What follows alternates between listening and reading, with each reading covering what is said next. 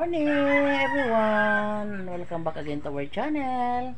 Yan, kaaga ko lang sampay kasi kagabi nagpaikot ako sa washing natin. So kaninang umaga pagkatapos namin naghatid ni ati lang sa bayan. Yan, nagbanlaw. Yan, maaga tayo nakapang sampay. Kasi ngayon ay siguro di ako sabay nila magpunla ito yung ating punla, 2 sako. Mataas na yun ang tirik.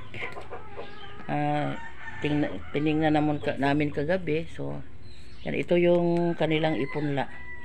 Mataas na yung mga tirik sa ating punla. So ngayon di ako makasabay sa kanila kasi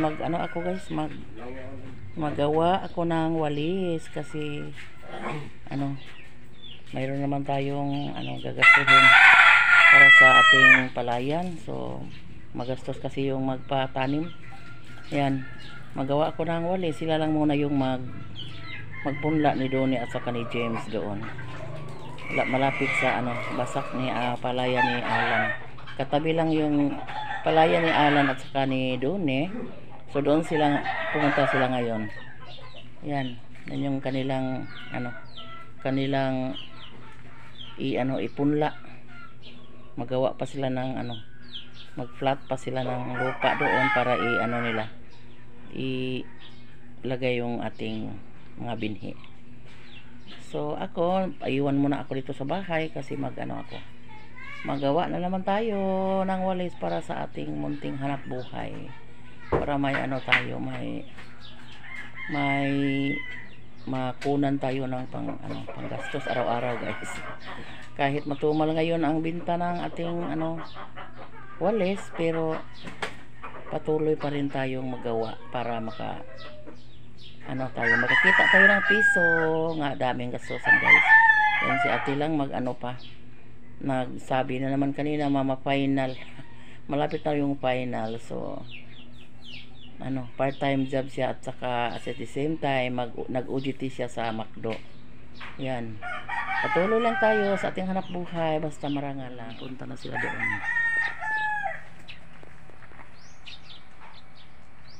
Bit si doon ng baldi. Masakit pa siguro yung kanyang mga paa kasi yung arthritis ni doon yung tukar arthritis.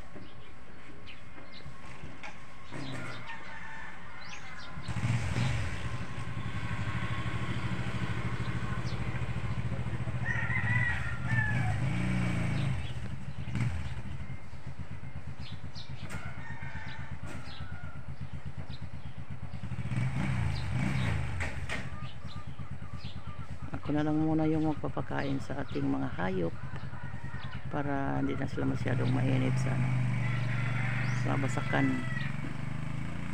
Punta na sila kinalos at Alan. So ako naman, simulan ako sa gawa dahil walang nilinisan na handle kasi may ginagawa sila. Yan, ako lang muna yung maglinis ng handle, guys, kasi wala akong sisidla na wala akong magawang walis kapag walang handle. So naglinis muna ako ng handle para makagawa ako ng may tapos akong walis ngayong araw.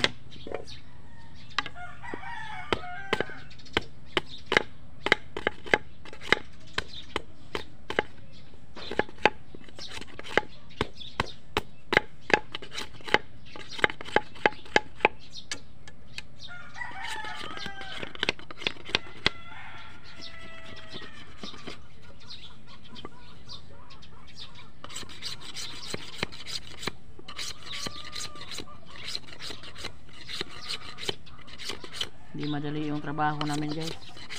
Daming proseso bago tayo makagawa ng walis.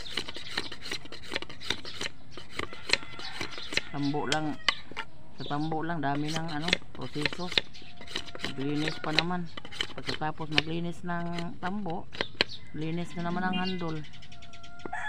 Mayroon nang nalinisan si Donnie kahapon ng 2 bandol na tambo. So ngayon itong handle na lilinisan ko kasi may gawa sila ngayon, nagpunla sila ngayon guys. Ako lang muna yung maglinis ng handle. Tulong-tulong kami lahat dito guys, kung sino yung available na magkalinis ng handle. So linis muna ako parang may matapos ako ngayong araw. Good morning everyone. Ayan, nandito na naman tayo sa daily routine natin. Magluto tayo ngayon sa ating agahan ng ulam kasi si Donnie naghatid ni Dani doon sa bayan, doon sa terminal na dumaan kasi si Donnie sa isdaan natin pero wala daw isda kasi aga pa siyang nagpunta doon. So nakita niya yung shisel na bungkaliw. Ayan. So yung lulutuin ko muna para sa agahan. Ayan.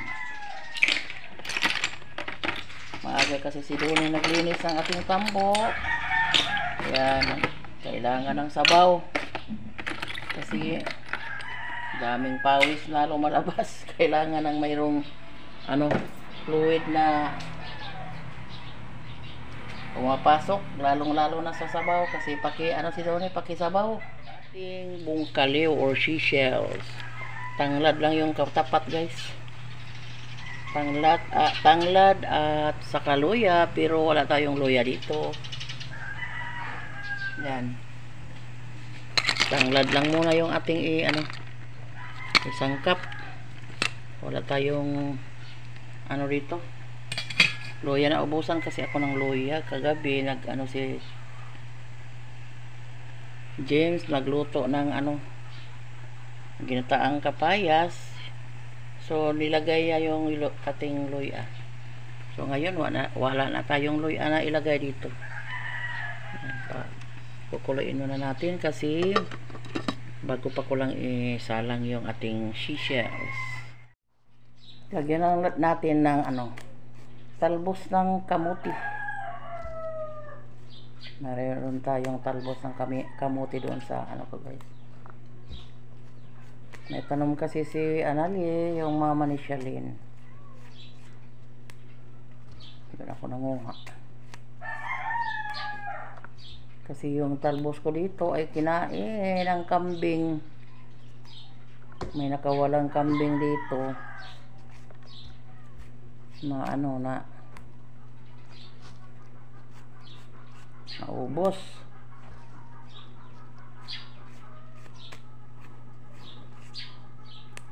At mayroon din silang saluyot.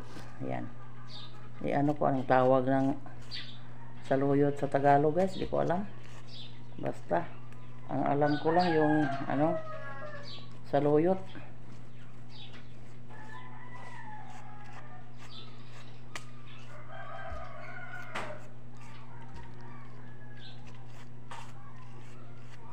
Hahaplosin natin guys, baka may may nakadikit na anong tawag dyan,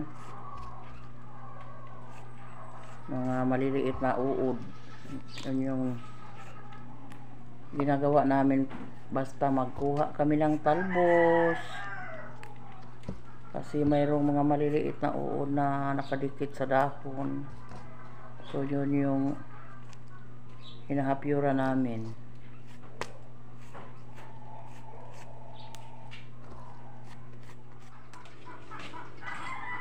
Yan, ilagay na natin yung ating talbos.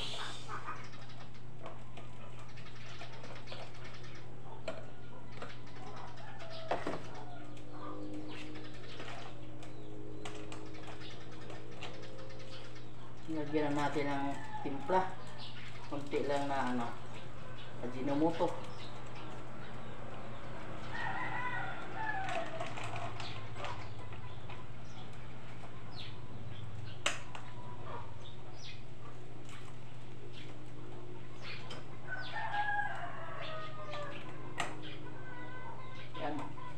Bigla na kumukulo na, simula nang kumukulo.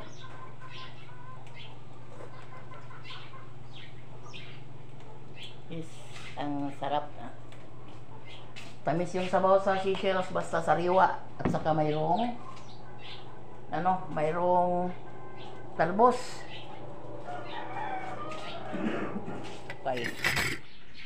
Okay. Yan, yung aming ulam ngayong umaga. Sabaw na Seychelles with talbos ng kamuti. Yan. At saka mayroon din tayong tortang bulinaw na binigay sa ano po guys. Halang-halang, no? Tagsakay halang-halang, di pa eh. Hunas magbubuntag, no? Sa'yo. Hanggang low tide ngayon, guys. So, yung taga-dagat ng huli. Agang ng huli ng, Seychelles. Para ibinta doon sa bayan. Kain tayo. Kasi James, kami lang munang tatlo kasi nandun na si ate lang sa, bayan. Maaga kasing nagpunta kasi daw sila mag-aral kasi malapit na yung exam nila. Maagang nagpunta.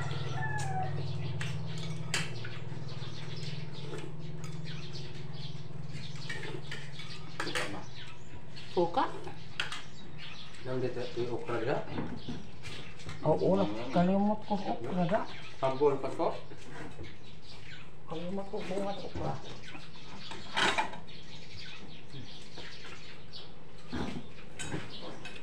Suka. Ganun kasi na.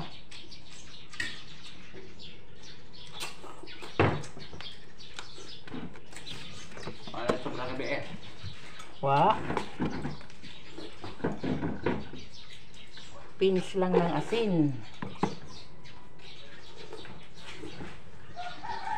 Lukay man eh. Gamit tayo ng guys, tukog ng lukay para kuha sa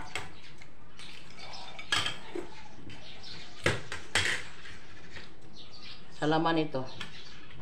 Ano ito? Lao man.